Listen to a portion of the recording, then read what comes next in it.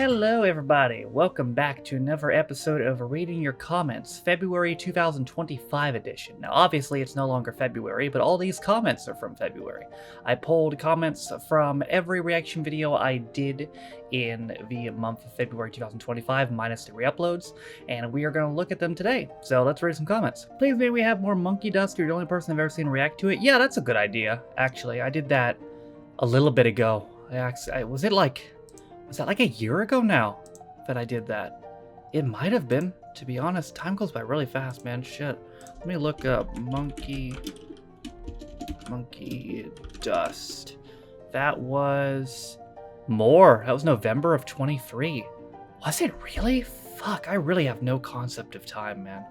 Jesus. Well, yeah, we'll look at another one. They're less popular because they're more recent, so they don't have nostalgia working for them, but series 10 to 12 of Red Dwarf are actually very strong. I'm not a fan of 7 to 9 like most people, but it really does jump back to classic Red Dwarf quality after those ones. Oh, okay. I didn't know that. I haven't had much people talk to me about those series, to be honest.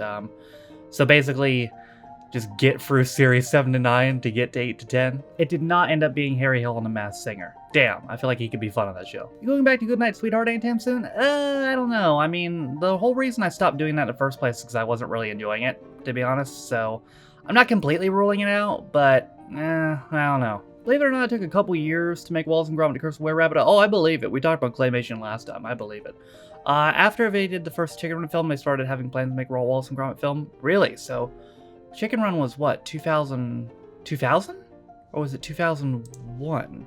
It might have been 2000. Let's see, it was 2000. It was 2000. So they've been planning it. They planned it 6 years in advance, huh? Yeah, for claymation, that sounds about right. You have a majestic head of hair. Thank you. I go through stages with my hair. It's funny. The last time I cut it, I was like, I don't think I'm gonna do the long hair thing anymore. And now I'm doing the long hair thing again, so you know how it is. Just glad they used all the gladiators this time. In fairness, all the events in this episode, this was Heat 3, were individual events, so no multiple gladiators, and one contestant like Gauntlet, Collision, and Powerball. So it took a while, but you did eventually see everyone. Yeah, it's pretty cool. Most eliminator time was 1 minute 4 seconds, which seems insane, but we remember last series we were talking about Chung, like he was certain to win. He fucking was. He got injured, I think, in the semifinals, and the final ended up being standby contest, and Finley won the whole thing. Yeah, I mean, hopefully we don't have as many injuries this year. I still maintain Chung would have won that shit, bro. That sucked so much. He anything could happen, don't get me wrong, but I can't be proven wrong because it never happened. I will maintain that he would have won that, man. I was so confident in it. I like Unleashing Gladiators, but the stair rule I feel will be problematic to contenders that got far but both missed the first couple steps. I even think Mush went up on his toes at one point, although I think it's because Phantom had pushed him. Without being chased, I think it's human instinct to not go one at a time. Yeah, human instinct, that might be why they implemented a rule, though, to test human instinct, to be honest. But I do somewhat agree with you. I do wonder if that one at a time thing will stick, but we'll see. But overall, I also agree that I think it's a very good event. Paul Burrow wrote a tell-all book after Diana died and has been profiting from her death ever since. Every time Diana's in the news, there's Burrow. Eesh. He's one of those, then, huh? Yeah, that's fucked up. Hi, to have lovely content. I'm from Scotland, watched all the reactions and Still Game series. I'm glad you seem to enjoy the show. Can we get more In-Betweeners reactions? Well, no, because I finished them. I did all of In-Betweeners, and I did both the movies. Now, if you wanted to see more In-Betweeners, it would have to be In-Betweeners USA, and I don't think anyone wants to see that. Annual reminder that you need to watch Primeval, Noah. It is officially on the Twitch Points request now. You can thank Rob for that, so it'll happen. It will happen. Fun fact about the Dad's Army theme song, the singer Bud Flanagan was gravely ill and didn't want to do it, but was persuaded by his agent. His agent was my great-grandfather. You know, I'm in two minds about what you just said. On the one hand, I mean, it's a cool thing that, you know, your great-grandfather was somewhat responsible for that theme, but maybe leave out the part where he persuaded a gravely ill man to do something he didn't want to. You know? Maybe just leave that part out going forward. I can help you where you solve a Never Did Me Any Harm bit from TV Burp. It was one of the episodes you reacted to was the best of TV Burp. Ah, okay.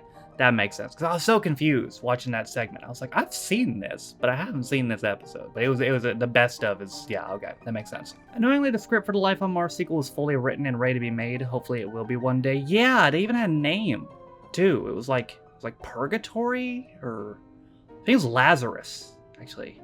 Yeah, I think that was it. Yeah, that sounds about right. But, I mean, it is a shame. And I guess it helps that it is fully written if they ever decide to pick it up one day. But at the same time, I think Ashes to Ashes had a pretty good ending. So I'm not that torn up about it, but it would be nice to see more. I never watched Life on Mars because it literally had nothing to do with Mars. Like, what the fuck? Yeah, I know, right? Ashes to Ashes is even worse. Literally, nobody burst into ash. I couldn't believe it. I don't think I've ever seen a single show that gets used on TV burp, but it's all still great. So you're not a soap opera guy? Not that I blame you, to be honest. Can't find the episode with your reaction to him, so I'll say it here. Unsure if you've heard this very recent news, but Gino, the man who hosted There's No Taste Like Home, which Harry featured an episode in Lasagna Man, a morning clip you watched, had been recently accused of inappropriate behavior. Gino DeCampio has been accused of inappropriate behavior? Really? Really? Fucking hell, man. Like, why can't people just be normal, for fuck's sake? No wonder Sean left Wallace and Gromit to go to the farm because he's sick of Wallace telling Gromit to go for him. Yeah, on the other hand, no, that little sheep bastard had it coming. Mike, you're making me crazy, Adam Lee. My memories of this guy is so wrapped up in his terrible run in WWE that I forgot he did this show. Yeah, I mean, we talked about this before, too, that I didn't even realize at the time. But yeah, he had CTE, which explains a lot of his WWE run. He only played like 5 years in the NFL, I think, but he was a running back, which is a prime CTE position, so yeah, that's fucked up. The original Walking with Dinosaurs was filmed at the same time as Blackadder special, so pretty sure they borrowed the T-Rex animatronic from that, and that's why it looks so good. Okay, that makes a lot of sense, because I was like, damn, I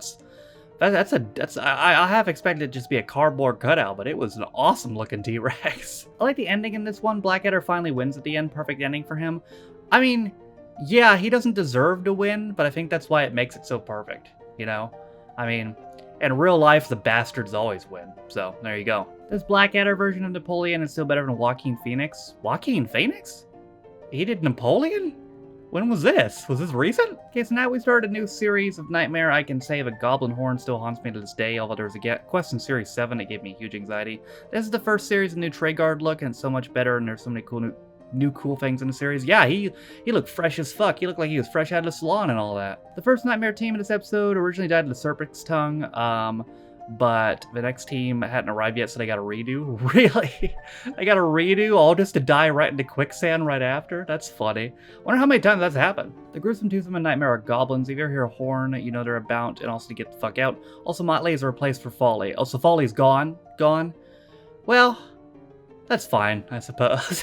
Honestly, I'm not too beat up about that one. I will curse them to the end of days for taking away my boy Granite Ass, but Folly, yeah, that's fine. Have you seen any of The Fall and Rise of Reginald Perlin? It is arguably the best comedy the BBC ever produced, and it tells one long story, so it had to be watched in order. I can't say I've heard of that, to be honest. The Fall and Rise of Reginald Perlin. 76. Okay, 76 to 79. Yeah, I'm not familiar with this at all. The story concerns a middle-aged middle manager, Reggie Perlin, who is driven to bizarre behavior by the pointlessness of his job at Sunshine Desserts. That sounds fun, actually. Well, yeah, maybe we could look into this then. But yeah, I'm not familiar with this at all. Flowrider had a moment in the UK. He worked with a few British artists. If you ever see someone real crazy, look when he was a Eurovision entry. He was a Eurovision entry? For fucking who? Flowrider represented San Marino in Eurovision in 2021. Ah, the home of the greatest football team on earth. Yes, okay. I guess I really was not aware just how big of a deal he was internationally. I figured he was like a confined to America thing. Makes me even more confused because his music fucking sucks ass. But good for him, I guess. remember watching this Bullseye version. Dave Spikey version wasn't too bad. I don't know if you have done it before, but there's also an Alan Carr version as well, which he's done as part of the game show marathon series. Yes, I did an episode of that in 2023, I believe. I think the main problem with this Dave Spikey Bullseye series is that they simply try to emulate the original and not evolve it.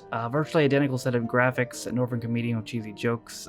While there's something to be said for not ruining old shows by changing everything, it's probably not going to bring in any new younger viewers. It's fine, something trying to coast on by on its own nostalgia. It's kind of a, you know, damned if you do, damned if you don't situation though, you know?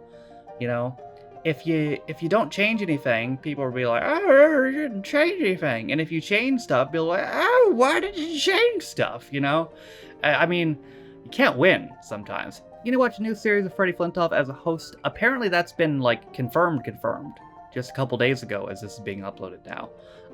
So I read that there's only going to be 4 episodes, though. Maybe I read that wrong, but I swear it said 4 episodes and another Christmas special, which seems not like a lot considering the original show had like 25 plus episode series, but would make it easier to watch all of them, obviously. Wallace and Gromit just won an award at the BAFTA for Vengeance Most Foul. Awesome. I've heard nothing but good fucking things about that movie, and we're gonna do it this month, so I'm very excited. I think I saw Ben Whitehead in this Wallace and Gromit film. He later goes on to voice Wallace after Peter Sallis died. Oh, it's him that does it. Okay, well, like I said, heard nothing but good things about Vengeance Most Foul, so I imagine he does a pretty good job. As someone who's seen all the Wallace and Gromit things as they aired, Curse of the Were-Rabbit was my favorite one. Character story, visual written gags, all top notch. Does that interest you? Ever see Flushed Away? Yes, I have. I remember when it first came out, it got above average but not great reviews, and got criticisms for not being a pure augmented claymation film, with claymation CGI being used by DreamWorks, but I really enjoyed it. I fucking did too, man. I had that movie as a kid. I probably haven't seen it as a kid, but I had it on like, I think DVD or VHS or something. I love Flushed Away, and I was shocked as I grew older to learn all the controversy about it, but yeah, I love that movie. Not sure what's going on. I watched and liked this video over a week ago, but it says it's uploaded 4 days ago. Are you a Patreon of mine? Because if you're a Patreon of mine, you usually get the reaction videos a little bit early. At least a day early, sometimes more. Like that recent, the Spellbinder episode I did, Patrons had that like almost a week before it came out. So if you're a Patreon, then that would make sense. If you're not a Patreon, then I'm just as confused as you are. There's some loss over the series, but overall, sharper self-contained stories. You see, when I was reading the description of it, I don't know if it was obvious, but I had the wrong impression. I thought it was like an anthology gimmick, you know? Like, I thought it was like different individual stories all starring Sean Penn, you know? That's what I thought it was. But apparently it's one, the vibe I've gotten from the comments is that apparently it's one continuous thing. That makes it a bit more interesting. That's not how I thought it was at all. Bad Lads Army was an underrated ITV show, well worth a look. That actually is also recently on the Twitch Points request too. I think James requested that, so yeah, we'll get to that. Just watched the Dropbox part of this Screenwipe episode. The bit where Charlie mentioned Hugh Edwards was like seeing an old 80s movie going, the World Trade Center is great and will be around forever. Yeah, I mean, Jesus, that was, that joke couldn't have possibly aged worse. It was the cherry on top of that whole crazy ass 5-minute segment. I only watched Screenwipe on YouTube via a user called Exta Music. Shout out Exta Music back in the 2000s. I had no idea the sex segment existed until now. But next time trailer from the last episode was just taking the piss. Nice to see the new content, I suppose. I wonder if he's who I downloaded the fucking episode from, because, yeah, I mean, the episode I downloaded was, I think, was it old? No. Okay, the episode I downloaded was from 2020, so no, it wasn't that old. I wonder if that channel you're talking about though is still alive. Yeah, X the Music. Here it is. Yeah, he's uploaded. He hasn't uploaded anything in 13 years. Lindsay changed to Let's Plays instead. He did a reverse of what I did. Upload a lot of the Saturday Night Armistice? Saturday Night Armistice? Armistice, I think it is? I don't even know how to fucking pronounce that. Armistice. Yeah, I think it's Armistice. It seems like he's uploaded a lot of these. Oh, it looks like the Charlie Brooker ones are gone. It's just a Saturday night and Friday night arm test now. He deleted Charlie Brooker stuff. Oh my god, he has an angry video games nerd playlist. Let's go. That's the most late 2000s thing I've ever seen. Alien Fun Capsule was so close to working, kind of crossed between TV Burp and Shooting Stars. It's almost like a show that Harry Hill pitched as a joke, and then they said, yeah, let's do it. And he was like, oh, okay. So glad you're doing more Fun Capsule, and I wish it was tenable. I'm guessing it's the finishing line game show Sarah Green presents. Oh, it wasn't. The finishing line, a game show Sarah Green. But I have seen a British thing called The Finishing Line, but it was not a game show. It was not a game show. Nice one. Also, you don't pronounce the second W. It's Warwick. Oh, okay. I might fuck that up in the future. Fair notice, but I'll try my best. Willows is a decent hidden gem. Yeah, I mean, the way he was talking about it in a Life's Too Short episode, I was like, wow, this movie must have flopped to all hell, but it actually made decent money, so maybe he just didn't like it? I don't know. Or maybe the joke was supposed to be, because the way I took the joke is maybe it was like, you know, him holding on to a movie that actually didn't do very well, but maybe it was that it was one of the most notable things of his career that he starred in. Maybe it was one of his most notable starring roles, and the joke was his character was holding on to that too much. I don't know. It felt to me like he was making fun of it. FYI, supply teacher is what British people call a substitute teacher. Ah, okay, thank you, because I had no idea. Why a supply teacher, though? Because substitute makes sense, because you're a substitute for a regular teacher, but supply? Huh, I don't know about that. Fury said it best, all this talk's gonna get you in trouble, and it's true for Andy, because my god, what he said about Giant was unnecessary. He might be the most unlikable contestant on Gladiators I've ever seen. I also liked that they had a pyramid of contestants going for the quarterfinals. Yeah, the pyramid thing was really cool. I liked that. That was a good addition. But yeah, I mean, I got what he was going for, Andy, you know, but it was a legit injury, man. Like, I said this too, I beam on Giant a lot for the steroids thing, but you know, it looked like the guy might have legitimately torn his bicep. And somebody pointed out to me that they filmed the Christmas special last, and he wasn't in the Christmas special. So, like, he might be done, to be honest. He might have actually torn his bicep or something. So, yeah, I mean, I have a feeling Andy's going to get what's coming to him in the quarterfinals. On the flip side, though, imagine if the guy wins the show. Holy shit. He might do a whole villain, it's a fucking super villain media tour. At this point, I think Vipers is jobbing to lessen the points gap, so the Eliminator is more interesting. Oh, so you think he's doing it on purpose? That's an interesting theory. You could be correct, to be honest. If he's back next series, I might just believe you. I remember Animals in the Farthing Wood, it's like Game of Thrones for kids. Does it get that crazy, huh? Okay, well, I might have to look more into it, because I didn't get to any of the good stuff yet. The 3 seasons were like 3 books of Animals in the Farthing Wood. Each finale wraps up events that unfolded the first episode. Oh, okay. So maybe we should at least try to get to the end of the first series and then go from there. Surprised you haven't watched Watership Down your channel yet? It's about that time. I'm not gonna lie. I feel like we've kind of been building up to it. We've been doing a lot of similar things recently. So it's about that time. James May's Toy Story is another great series he made, definitely worth a look. My personal favorite one was the Scalatrix episode. I've not seen that. I did see an episode, though. I saw the one where he built a Lego house. That was really fun. Are you ever going to start doing the Plan for the Month videos again? No, I'm doing these on the first month as well, as instead, I should say. This will be kind of like a pseudo mix of the two, just because we'll use these comments to brainstorm stuff coming up for the month, and I'll tease stuff going for the month as I've done for this episode. But this is going to be what we do on the first month going forward. And with that, that's it for another episode of Reading Your Comments. If you want a chance to get your comment read in next month's episode, simply post a comment on a reaction video I do in February, and maybe I will read it in next month's episode.